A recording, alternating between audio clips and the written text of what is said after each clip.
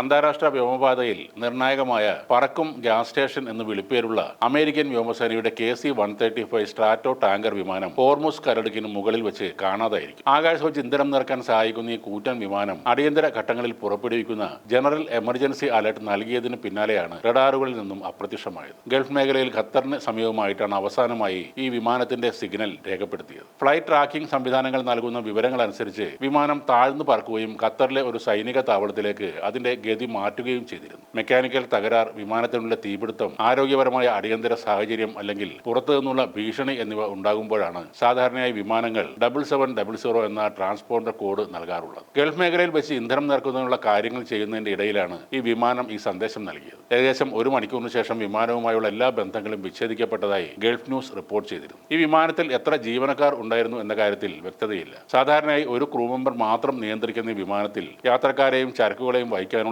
ശേഷിയുമുണ്ട്. റഡാറിൽ നിന്ന് അപ്രത്യക്ഷമായി എന്നതുകൊണ്ട് വിമാനം തകർന്നു എന്ന് സ്ഥിരീകരിക്കാനും കഴിയില്ല. എന്നിരുന്നാലും അടിയന്തര സന്ദേശത്തിന് തൊട്ടു പിന്നാലെ വിമാനത്തിന്റെ സിഗ്നൽ നഷ്ടമായത് ഗുരുതരമായ എന്തോ സംഭവിച്ചു എന്ന സാധ്യത വർദ്ധിപ്പിക്കുകയാണ്. നിലവിൽ വിമാനത്തിന്റെ അവശിഷ്ടങ്ങളോ ഒന്നും തന്നെ ലഭ്യമായിട്ടില്ല. ഫെബ്രുവരി 28-ന് പശ്ചിമേഷ്യൻ സംഘർഷം ആരംഭിച്ചത് മുതൽ ഈ മേഖലയിൽ നിരവധി അമേരിക്കൻ വിമാനങ്ങൾ തകർക്കപ്പെട്ടതായി റിപ്പോർട്ടുകളുമുണ്ട്. ഹോർമുസ് കടലിടുക്ക് നിലവിൽ സൈനികരെ കൊണ്ട് നിറഞ്ഞിരിക്കുകയാണ്. ഇറാൻ ഈ പ്രദേശം പൂർണ്ണമായും അടച്ചിടാൻ ശ്രമിക്കുമ്പോൾ ഇറാനിയൻ തുറമുഖങ്ങൾ ഉപരോധിച്ചും വാണിജ്യ കപ്പലുകൾക്ക് സംരക്ഷണം നൽകിയുമാണ് അമേരിക്ക തിരിച്ചടിക്കുന്നത്. ഇറാന്റെ നിരവധി ചെറിയ ബോട്ടുകളും ഡ്രോണുകളും ക്രൂയിസ് മിസൈലുകളും അടുത്തിടെ അമേരിക്കൻ സൈന്യം തകർക്കുകയും ചെയ്തു.